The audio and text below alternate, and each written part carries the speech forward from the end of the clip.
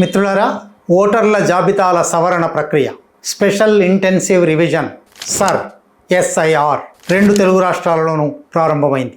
ఆంధ్రప్రదేశ్లో జూన్ 15న, తెలంగాణలో జూన్ 25న ఈ కార్యక్రమం మొదలైంది. ఇప్పుడు 2 రాష్ట్రాలలోనూ ఇది ముమ్మరంగా జరుగుతుంది.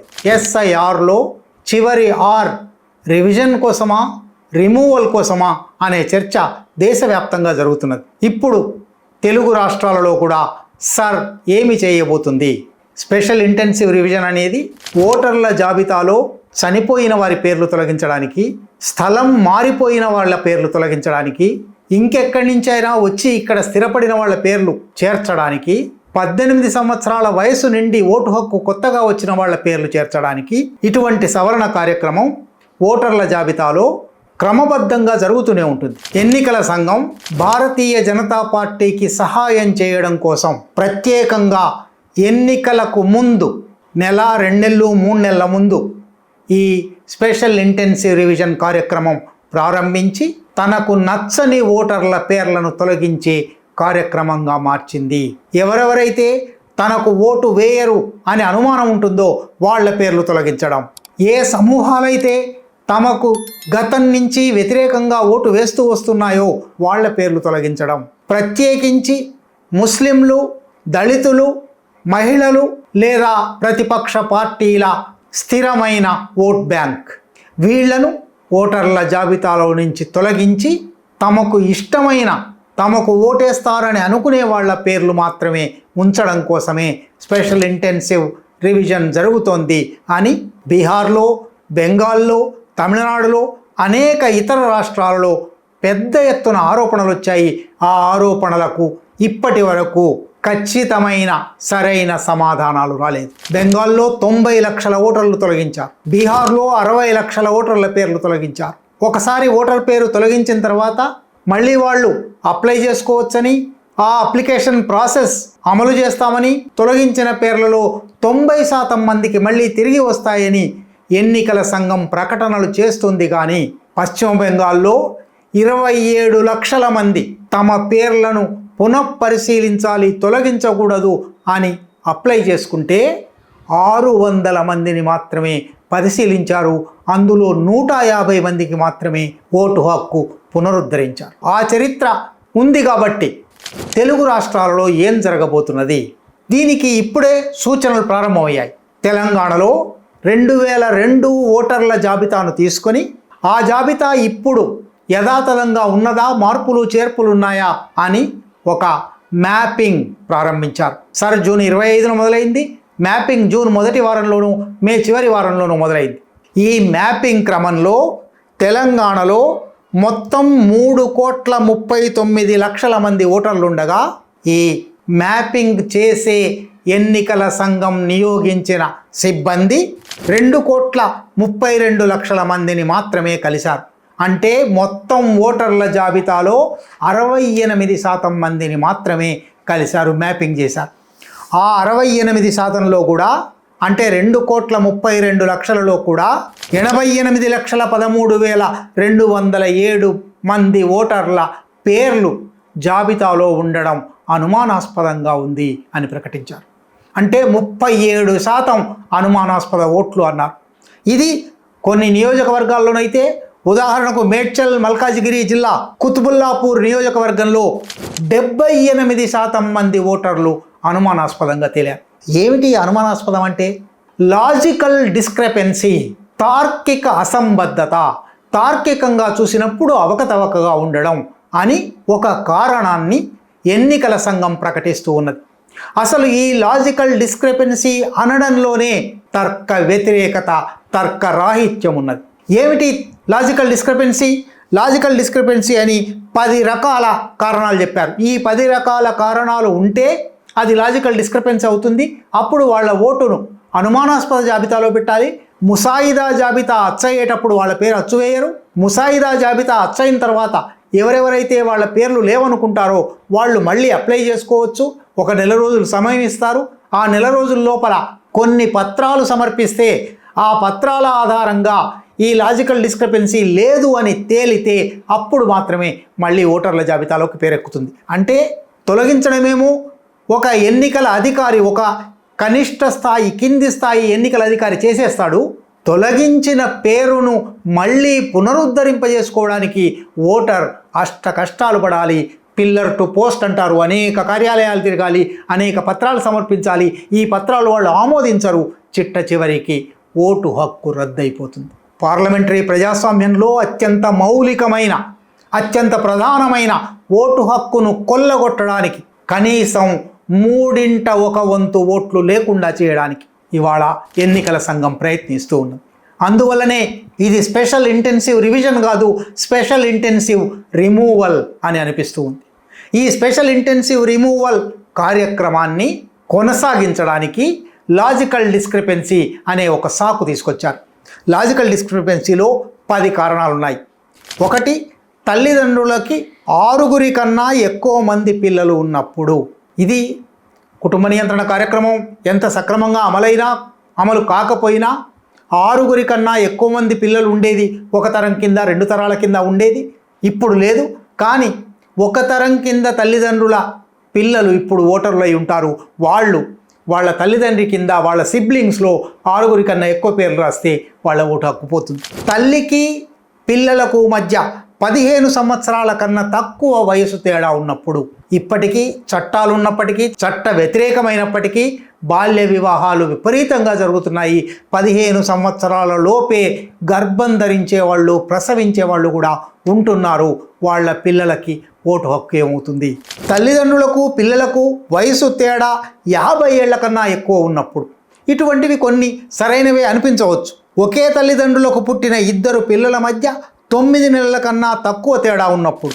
గత ఓటర్ల జాబితా సవరణలో తల్లిదండ్రుల పేర్లకు ప్రస్తుత తల్లిదండ్రుల పేర్లకు తేడా ఉన్నప్పుడు. 2002 ఓటర్ల సవరణలో వయసుకు ప్రస్తుత వయసుకు తేడా ఉన్నప్పుడు. 7 ధృవీకరణ పత్రాలలో కేవలం ఆధార్ మాత్రమే సమర్పించినప్పుడు.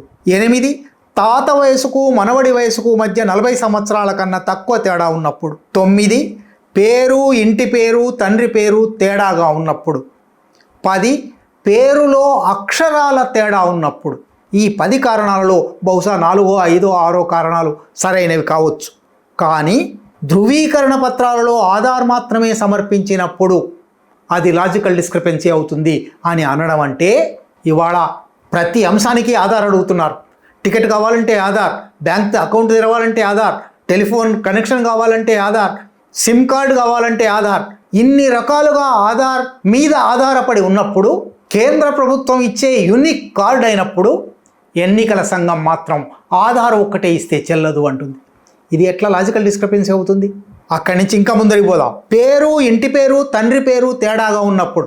భారతీయ భాషల్లో ప్రత్యేకించి మనం తెలుగులో ఒక పేరు ఉచ్చరిస్తాం. ఎన్యూమరేటర్ ఇంగ్లీష్లో అది ఏమి రాసుకుంటాడో మనకు తెలియదు. మన పేరు ఉచ్చరించినప్పుడు, ఇది ఇంగ్లీష్లో రాసినప్పుడు ఒకే రకమైన స్పెల్లింగ్ ఉంటుంది అనే హామీ లేదు. ఉదాహరణకు లక్ష్మి చాలా మామూలు పేరు. కొందరు LAXMI రాస్తారు, కొందరు LAKSHMI రాస్తారు.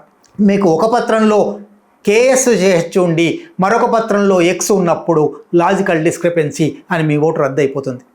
వెంకటేశ్వర్లు S మాత్రమే రాసేవాళ్ళు ఉన్నారు, SH రాసేవాళ్ళు ఉన్నారు. రామయ్య, కృష్ణయ్య, లక్ష్మయ్య YYA రాసేవాళ్ళు ఉన్నారు, AIAH రాసేవాళ్ళు ఉన్నారు. అంటే పేరు స్పెల్లింగ్లో తప్పులు ఉండడానికి, ఒక్కొక్క చోట ఒక్కొక్క రకంగా ఉండడానికి, ఎన్యూమరేటర్ ఒక రకంగాను ఓటర్ ఒక రకంగాను ఆలోచించడానికి చాలా అవకాశాలు ఉన్నాయి. దాన్ని లాజికల్ డిస్క్రిపెన్సీ అనడం ఉద్దేశపూర్వకంగా కొందరి ఓట్లు తొలగించడానికి మాత్రమే. ఇది మాత్రమే కాదు, కొన్ని పేర్లు 2-3 పేర్లు ఉంటాయి. వాటిలో పేరు పదాలు విభజన చేసేవాళ్ళు ఉన్నారు, పదాలు కలిపేసేవాళ్ళు ఉన్నారు. ఉదాహరణకు నా పేరు, నేను ఎప్పుడు వేణుగోపాల్ సింగిల్ వర్డ్ రాస్తాను. నేను ఎక్కడైనా పేరు చెప్పినప్పుడు వాళ్ళు రాసుకునేటప్పుడు వేణు ఒక వర్డ్గా, గోపాల్ ఒక వర్డ్గా రాస్తారు. ఎన్యూమరేటర్ అట్లా రాశాడంటే నా ఓటు పోతుంది. ఇంత బోలు పునాదుల మీద, ఇంత అస్థిరమైన పునాదుల మీద, ఇంత అబద్ధపు పునాదుల మీద లాజికల్ డిస్క్రిపెన్సీ అనేది నిర్మించి ఓటు హక్కు కొల్లగొడతాము అనేది పూర్తిగా దురుద్దేశపూరితమైనది. కొందరి ఓట్లు లేకుండా చేయడానికి లాజికల్ డిస్క్రిపెన్సీ అనే ఒక ఆయుధం పట్టుకొచ్చారు. ఉదాహరణకు మొహమ్మద్ అనే పేరు ఎంఓ రాసేవాళ్ళు ఉన్నారు, ఎంయు రాసేవాళ్ళు ఉన్నారు, ఎంఎంఏ రాసేవాళ్ళు ఉన్నారు, ఎంఎంఈ రాసేవాళ్ళు ఉన్నారు. చాలా సులభంగా లాజికల్ డిస్క్రిపెన్సీ అనొచ్చు, పేరు లేకుండా చేయొచ్చు. అది మాత్రమే కాదు, బిఎల్ఓ కానీ లేదా బిఎల్ఓ కన్నా పై అధికారులు కానీ ఇది లాజికల్ డిస్క్రిపెన్సీ అని కొందరిని తీసేయొచ్చు. లాజికల్ డిస్క్రిపెన్సీ ఉన్నవి కూడా తమకు అనుకూలమైనవి అయితే ఉండవచ్చు. ఒక మతానికి చెందిన పేర్లు తీసేయవచ్చు, ఒక మతానికి చెందిన పేర్లు లాజికల్ డిస్క్రిపెన్సీ ఉన్నప్పటికీ కూడా ఉంచవచ్చు. ఇది పూర్తిగా సబ్జెక్టివ్ కారణాల మీద, వ్యక్తిగతమైన కారణాల మీద జరిగే సవరణ అవుతుంది, తొలగింపు అవుతుంది తప్ప తార్కిక ప్రమాణం కాదు. తార్కిక అసంబద్ధత అనే కారణమే తార్కిక ప్రమాణం కాదు. ఇది కేవలం దురుద్దేశపూర్వకమైన ఆయుధంగా ఉపయోగపడబోతున్నది. సరే, ఈ తార్కిక అసంబద్ధతను, తార్కిక ప్రమాణము, ఇష్టారాజ్యపు ఆయుధము ఏదైనా కానివ్వండి, బిఎల్ఓ ఒక పేరు ఒక ఎన్యూమరేషన్ ఫామ్ మీద మీరు నమోదు చేసి ఇచ్చినా, ఆయన నమోదు చేసుకున్నా అది తయారవుతుంది, అది పోతుంది. వీటిలో ఏవి లాజికల్ డిస్క్రిపెన్సీ ఉన్నాయి అని తీసేసి మిగిలిన వాటిని ముసాయిదా జాబితా ప్రకటిస్తారు. ముసాయిదా జాబితాలో మా పేరు లేదు కనుక లాజికల్ డిస్క్రిపెన్సీ అని తీసేసి ఉంటారు, డిస్క్రిపెన్సీ లేదు కాబట్టి పరిశీలించండి అని ఎవరైనా ఆ బిఎల్ఓ దగ్గరికి వెళ్ళవచ్చు, ఎన్నికల అధికారుల దగ్గరికి వెళ్ళవచ్చు, ట్రైబ్యునల్స్ కూడా ఉన్నాయి, ట్రైబ్యునల్ దగ్గరికి కూడా వెళ్ళవచ్చు. అక్కడ 12 ఆధార పత్రాలు జాబితా ఇచ్చారు. నిజానికి 11 ఆధార పత్రాల జాబితానే ఇచ్చారు. ఈ 11 పత్రాలు మాత్రమే కాదు, 11 పత్రాల్లో చాలా పత్రాలు చాలామంది దగ్గర లేవు, ఆధార్ మాత్రమే ఉంది కాబట్టి ఆధార్ను గుర్తించండి అని కేసు సుప్రీంకోర్టుకు పోతే సుప్రీంకోర్టు ఆధార్ను కూడా అంగీకరించండి అంటే ఆధార్ను అంగీకరించడానికి పెట్టారు. కానీ అది ఒక్కటే ఇస్తే లాజికల్ డిస్క్రిపెన్సీ అంటున్నారు. మిగిలిన 11 ఏమిటి? 12 ధృవీకరణకు అర్హత ఇచ్చే పత్రాలలో అసలు మీరు ఆ పత్రాల జాబితా చూస్తే ఆశ్చర్యపోతారు. హాస్యాస్పదమైన నవ్వులాటకు ఇచ్చిన జాబితా అది. మొదటిది, కేంద్ర రాష్ట్ర ప్రభుత్వాలు, ప్రభుత్వ రంగ సంస్థలు తమ ఉద్యోగులకు, పెన్షనర్లకు ఇచ్చే గుర్తింపు కార్డు. దేశంలో 140 కోట్ల జనాభాలో ఎంతమంది కేంద్ర ప్రభుత్వ ఉద్యోగులు ఉన్నారు, ఎంతమంది రాష్ట్ర ప్రభుత్వ ఉద్యోగులు ఉన్నారు, ఎంతమంది ప్రభుత్వ రంగ సంస్థల ఉద్యోగులు ఉన్నారు? అందరూ కలిపి కూడా 10 కోట్లు కూడా కారు. అంటే మిగిలిన 130 కోట్ల మందికి ఈ కార్డు ఉండే అవకాశమే లేదు. ఎప్పుడైనా ఏదైనా ఒక ప్రమాణం పెట్టినప్పుడు అది సార్వత్రిక ప్రమాణం కావాలి, కానీ ఒక చిన్న సమూహానికి మాత్రమే వర్తించే ప్రమాణం పెట్టడం అంటే ఉద్దేశపూర్వకంగానే మిగిలిన వాళ్ళను మినహాయించడం అని అర్థం. మిగిలిన కార్డ్స్ కూడా అటువంటివే. 2 ప్రభుత్వ సంస్థలు, బ్యాంకులు, పోస్ట్ ఆఫీసులు, ఎల్ఐసి వంటి సంస్థలు ఇచ్చే గుర్తింపు కార్డు. ఎవరు గుర్తింపు కార్డు ఇస్తారు? ఎందుకు గుర్తింపు కార్డు ఇస్తారు? వీటిలో ఎవరైనా ఏదైనా సంస్థ మాకు గుర్తింపు కార్డు అవసరమని ప్రత్యేకంగా మీరు వెళ్ళి అడిగితే గుర్తింపు కార్డు ఇచ్చే సంప్రదాయం ఉండొచ్చు, లేదా ఎల్ఐసి పాలసీ చూపెట్టవచ్చు, లేదా బ్యాంక్ పాస్బుక్ చూపెట్టవచ్చు. కానీ అది పూర్తి ఆధారం కాదు. ఎవరికైనా బ్యాంక్ అకౌంట్ తెరుస్తారు, ఎవరికైనా ఎల్ఐసి ప్రీమియం పాలసీ ఇస్తారు, కనుక అది ఓటు హక్కుకు ఆధారం కాజాలదు. కానీ దాన్ని కూడా ఈ జాబితాలో పెట్టారు. 3 జనన ధృవీకరణ పత్రం, బర్త్ సర్టిఫికేట్. ఈ దేశంలో ఇవాల్టికి జననాలు ఆసుపత్రిలో మాత్రమే జరిగే జననాలు 30% కూడా లేవు. 70% జననాలు ప్రైవేట్ ఆసుపత్రుల్లో జరుగుతున్నాయి. ప్రైవేట్ ఆసుపత్రులు బర్త్ సర్టిఫికేట్ ఇవ్వరు. ఎక్కడైనా హాస్పిటల్లో జననం జరిగితే హాస్పిటల్లో జరిగిందని కాగితం తీసుకొని అది మళ్ళీ మున్సిపాలిటీకో, స్వపరిపాలనా సంస్థలకో వెళ్తే, లోకల్ బాడీస్కో వెళ్తే అక్కడ వాళ్ళు కార్డు ఇస్తారు. ఇటువంటి కార్డు దేశంలో ఎంతమందికి ఉంది? జనన ధృవీకరణ పత్రం అనేది ఎంతమందికి ఉంటుంది? 4 పాస్పోర్ట్లు అతి తక్కువ మందికి ఉన్నాయి. విదేశీ ప్రయాణానికి అవకాశం వస్తుందేమో అని అనుకునే వాళ్ళు మాత్రమే పాస్పోర్ట్ చేయించుకుంటారు. 140 కోట్ల జనాభాలో బహుశా 20-30 కోట్ల మందికి కూడా పాస్పోర్ట్ లేదు. ఇప్పుడు ఆ పాస్పోర్ట్ పౌరసత్వానికి గుర్తు కాదు అని స్వయంగా విదేశాంగ శాఖ మంత్రి అన్నాడు. కాబట్టి పాస్పోర్ట్కు కూడా ఆధారం లేదు. ఆ పాస్పోర్ట్ను ఇక్కడ పెట్టారు.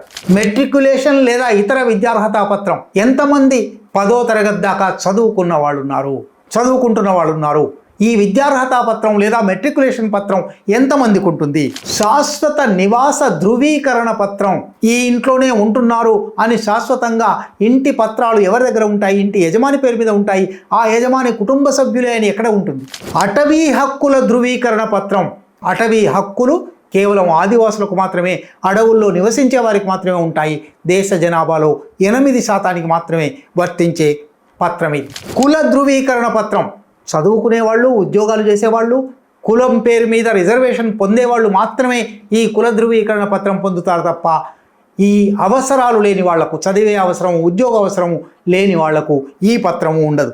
జాతీయ పౌర పట్టిక ఇది అస్సాంలో కొన్ని ఈశాన్య రాష్ట్రాలలో మాత్రమే అమలైంది తప్ప దేశంలో ఎక్కడా లేదు. కుటుంబ రిజిస్టర్ పత్రం ఇది దేశంలో ఎక్కడా లేదు. ప్రభుత్వం ఇచ్చిన భూమి, ఇంటి కేటాయింపు పత్రం ఇది చాలామందికి ఉండే అవకాశం లేదు. 12 ఆధార్ ఇది చాలామందికి ఉన్నది, కానీ ఇది ఒక్కటే సరిపోదు అంటున్నారు. అంటే మీరు లాజికల్ డిస్క్రిపెన్సీకి పెట్టిన 10 సూచనలైనా, లాజికల్ డిస్క్రిపెన్సీని రద్దు చేయించడానికి చూపెట్టిన 12 పత్రాలైనా వాస్తవంగా ఓటు హక్కును కొల్లగొట్టే ఉద్దేశంతో పెట్టారు తప్ప ఓటు హక్కును పునరుద్ధరించే, ఓటు హక్కును స్థిరపరిచే, సహజంగా పుట్టుకతో వచ్చే, పౌరసత్వంతో వచ్చే ఓటు హక్కును రద్దు చేసే ఉద్దేశంతో పెట్టినవి. రద్దు చేయడం అంటే అందరివి రద్దు చేస్తారా? అందరివి రద్దు చేయరు.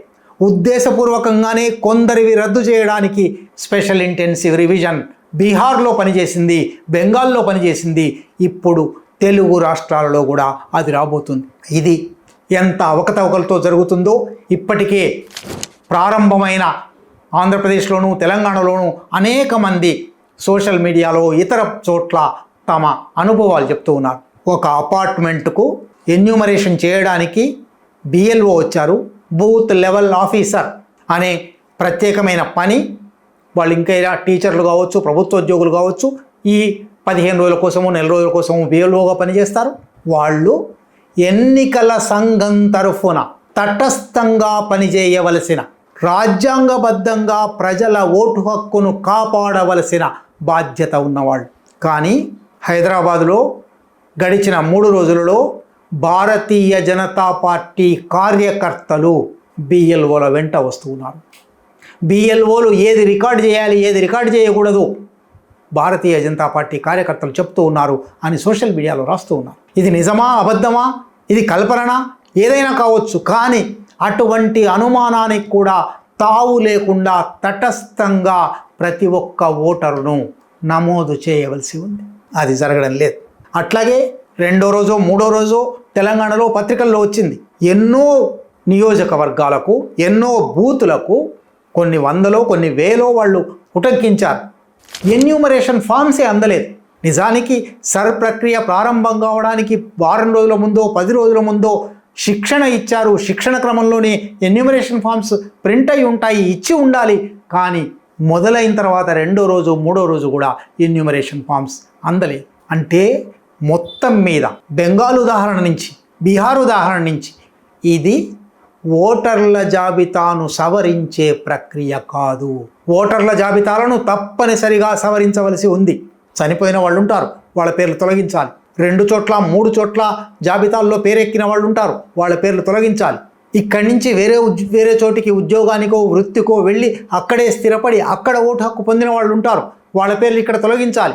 లేదా ఎక్కడి నుంచి అయినా ఇక్కడికే వచ్చి ఇక్కడ స్థిరపడిన వాళ్ళు ఉంటారు, వాళ్ళ పేరు ఓటర్ల జాబితాలో చేర్చాలి. 18 ఏళ్ళు దాటిన వాళ్ళు ఉంటారు, వాళ్ళ పేరు చేర్చాలి. సవరణ తప్పనిసరి అవసరం, కానీ సవరణ చేయడం లేదు, తొలగింపు చేస్తున్నారు. తొలగించడం కోసం మాత్రమే. అంటే మామూలుగా పార్లమెంటరీ ప్రజాస్వామ్యంలో ప్రజలు, ఓటర్లు తమ ప్రతినిధులను ఎన్నుకుంటారు. ఆ ప్రతినిధులు ఏ పార్టీ ప్రతినిధులకు ఎక్కువ సీట్లు వస్తే ఆ పార్టీ ప్రభుత్వం స్థాపిస్తుంది. ఇది పార్లమెంటరీ ప్రజాస్వామ్యం. భారతీయ జనతా పార్టీ, సంఘ్ పరివార్ దీన్ని తలకిందులు చేసి ప్రభుత్వమే తన ఓటర్లను ఎన్నుకుంటుంది. ఎవరు తనకు ఓటు వేసేవాళ్ళు అంటే ప్రభుత్వమే. అంటే ప్రభుత్వాన్ని ఇప్పుడు నడుపుతున్న పార్టీ తనకు ఎవరు ఓటు వేస్తారో వాళ్ళనే ఓటర్ల జాబితాలో ఉంచుతుంది. తనకు ఎవరు ఓటు వెయ్యరని అనుకుంటారో వాళ్ళను ఓటర్ల జాబితాలో నుంచి తీసేస్తుంది. అంటే స్పెషల్ ఇంటెన్సివ్ రివిజన్, వాస్తవానికి స్పెషల్ ఇంటెన్సివ్ రిమూవల్. ఇది ప్రజాస్వామ్యమా? ఇది ఎన్నికల ప్రక్రియ, పార్లమెంటరీ ఎన్నికల ప్రక్రియ ఇంత ఏకపక్షంగా, పాక్షికంగా, దురుద్దేశపూర్వకంగా నడిచిన తర్వాత ఎన్నికలకు అర్థమేమిటి? ప్రజాస్వామ్యానికి అర్థమేమిటి? ఈ ఛానల్లో కంటెంట్ నచ్చితే సపోర్ట్ చేయండి. ఛానల్ నడవటానికి మీ సపోర్ట్ చాలా అవసరం.